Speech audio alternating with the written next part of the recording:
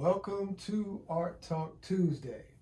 We are in our final piece featuring the yogini Maureen from Moga Yoga.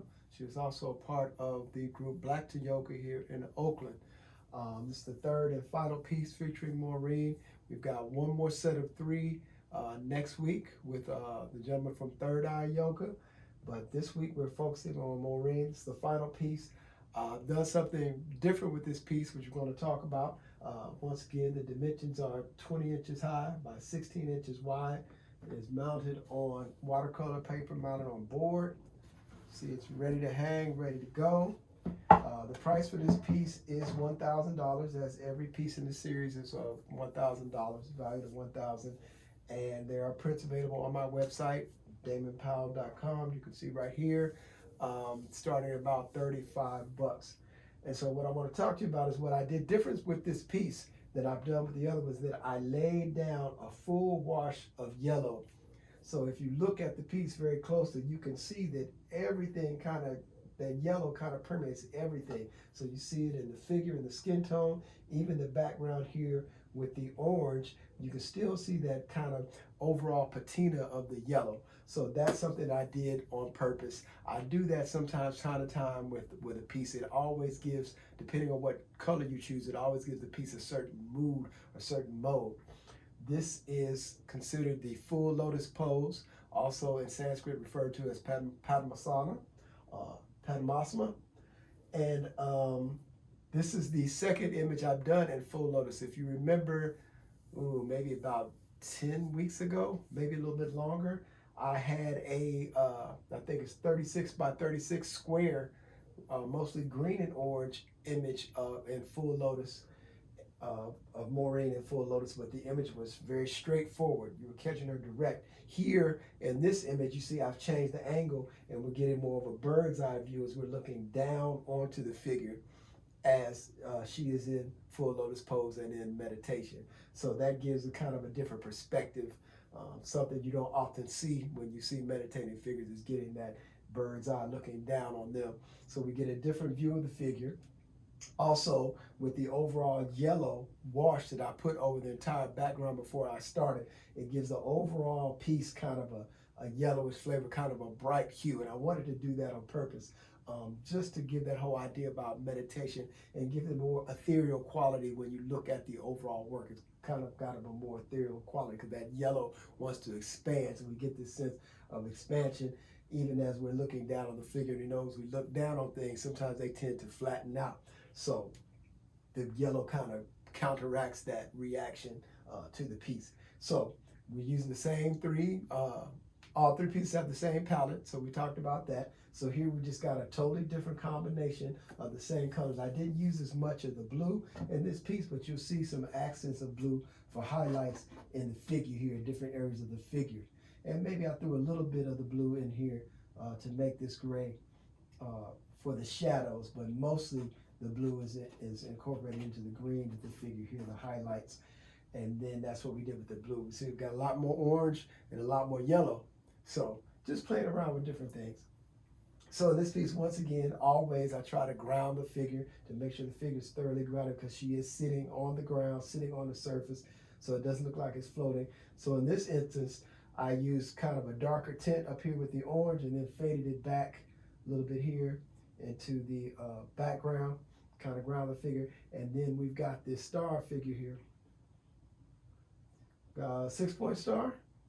Yes, 6-point star figure here, which is also, if you look at it, it's also reminiscent. This shape is also reminiscent of a Merkaba. If you're familiar with the whole idea of a Merkaba, there are actually two triangles interpenetrating each other, and they often, so we got a triangle here, then we got a triangle here, and they often symbolize the coming together, or the union oftentimes of the masculine and feminine, the union of the earthly and the spiritual. So these two triangles coming together as one is always symbolic of some type of union, particularly in the more feminine energy traditions, or when we look at the divine feminine, the merging of the masculine and feminine. But that's what this is here. This outline in the white here is supposed to be symbolic of a Merkaba. So bringing these two halves together. In this case, I'm thinking more of the spiritual and the physical, in terms of her being physically here, present in meditation, and yet she is merging the spiritual into the physical body to give further embodiment.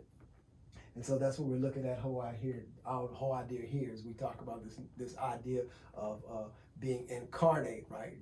From the Latin carnus, which is flesh. So when we talk about looking at the Bible, they talk about the word being in flesh. What is that? Being incarnate. So this whole idea of merging the physical with the spiritual to achieve higher levels of embodiment.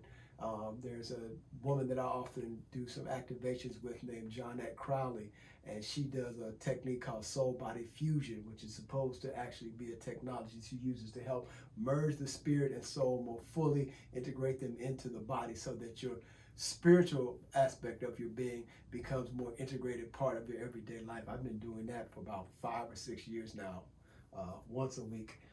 It's really made a difference. But that's another, I digress. Let's get back to the work. So, got this molding of the spiritual and physical symbolized through the shape of the Merkaba here, 6-pointed star.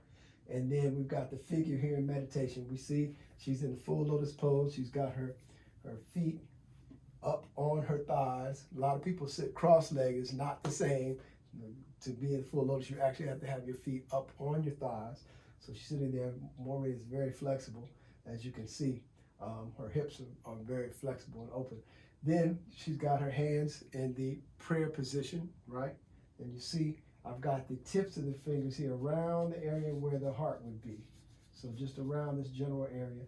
You see thumbs on the side. So she's in prayer position. She's got her head slightly bowed down, not a lot, but slightly bowed down. And so we get that higher angle on the forehead here coming down. So that's what I wanted to do with that. Just kind of stress that idea that we're looking down almost as if we are fellow spiritual beings, fellow spiritual souls, looking down on this process. And not that I necessarily believe that the heavens are above, at least not from a physical standpoint, because we talk the whole idea of heaven being all around us at any given moment. The only difference that often separates the secular from the sacred is simply our orientation to it. And by simply stopping to take a breath and think or go into a state of mindfulness, we then enter into the sacred, just like that. So that's kind of what that idea of Jesus was talking about. He said the kingdom of heaven is at hand.